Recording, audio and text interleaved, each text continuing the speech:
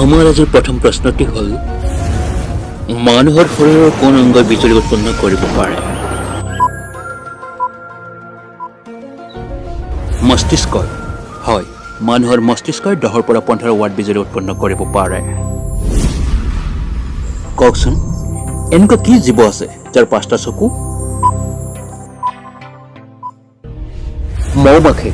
হয় মৌমাখিৰ 5টা চকু থাকে যেটো কথা বহুতেই নাজানে আমাৰ পৰৱৰ্তী প্ৰশ্নটি হ'ল কি প্ৰাণীৰ হৃদপিণ্ডৰ আকাৰ এখন গাড়ীতকৈও ডাঙৰ শুদ্ধ উত্তৰটো হৈছে নীলাতিমি আমাৰ আই ভনীসকললৈ এটি প্ৰশ্ন বজাৰৰ পৰা কিনি অনা পাচলি পানীত ধুলে কি ভিটামিন নষ্ট হৈ যায় শুদ্ধ উত্তৰটো হ'ল সি ভিটামিন পৰৱৰ্তী প্ৰশ্নটি হ'ল কি প্ৰাণীয়ে শুই শুই সাঁতুৰিব পাৰে ডলফিন হয় ডলফিনে শুই শুই সাঁতুৰিব পাৰে এটি তেনেই জানিবলগীয়া কথা মহিলাক প্ৰথমে ভোট দিয়াৰ অধিকাৰ কোনে দিছিলে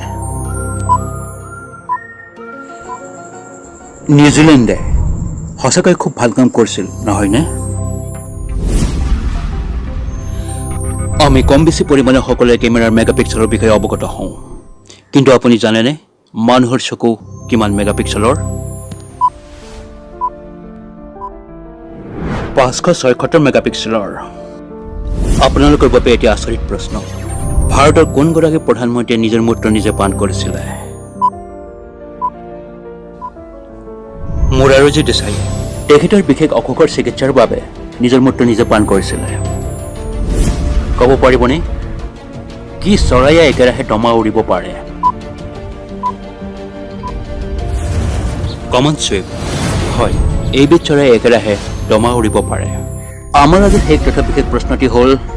অভিনেতা অক্ষয় কুমাৰক পিছফালৰ পৰা অক্ষৰ ধৰণে আৰু কি নামেৰে মাতিলে উভতি চাব ৰাজীৱ কাৰণ তেওঁৰ প্ৰকৃত নামটোৱেই হ'ল ৰাজীৱ হৰিওম ভাটিয়া